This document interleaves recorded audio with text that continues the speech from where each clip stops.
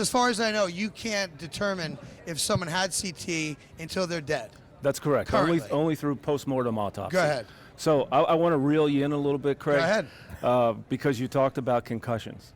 The evidence that's coming forth now, based on lots of research, is starting to indicate that CTE is not specifically or solely related to concussions. It's related to an accumulation of subconcussive blows over long periods of time. And I think our former teammate, Tom McHale, he was the second person diagnosed with CTE by the Boston University CTE Center. And Tom was an interesting case because he had never had a reported concussion.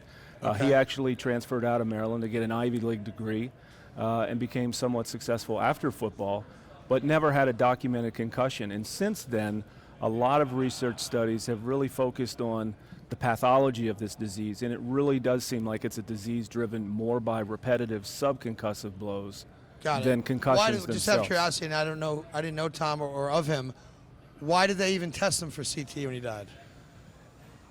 It was early stage. And at that time, not long after that time, we started examining brain samples of former players looking for a biomarker. It wasn't until a few years later that we actually got a hit based on a biomarker in the blood. So sorry for interrupting. Do you believe there will be the day, I don't know, maybe it's today, where you can do a blood test and get some markers that would indicate that a person is more prone to it, or no? No, I think there's absolutely going to be a blood test at some point in time in the future. Initially, it'll be a blood test that will identify biomarkers that could be associated with the CTE and be able to monitor progression of CTE.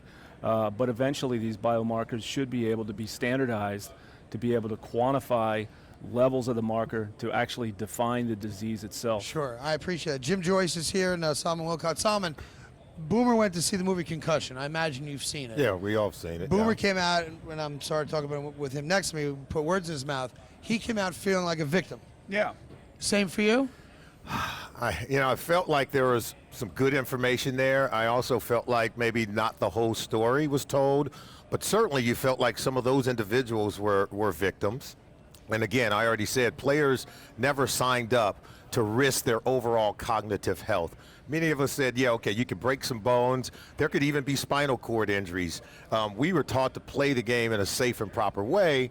And so I don't know that any of us played with fear of any of those injuries, but none of us signed up thinking there would be some kind of long-term ramifications when it comes to our overall cognitive health. So that movie sent me thinking about a lot of things, but more reflecting on the people that it affected, because I knew some of those guys. I played with Justin Strelzik in Pittsburgh. Yeah, listen, I think what you're doing is great. I think if we could develop a blood test so a guy that can make a better decision about his future, whether to continue to play or not, would be fantastic.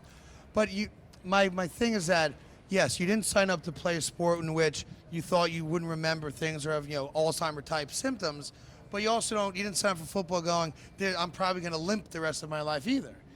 Well, you knew that you could get an injury that could lead to the limp, and all of us weigh that kind of risk. Sure. I'm a real big proponent of football, particularly at the youth level. I think it offers you so many more positive advantages in life. It teaches you leadership. It teaches you how to go out and compete. I can really stack all the chips on that side of the scale and speak positively about what participating in all sports, youth sports, particularly football, and what that gives to our young people.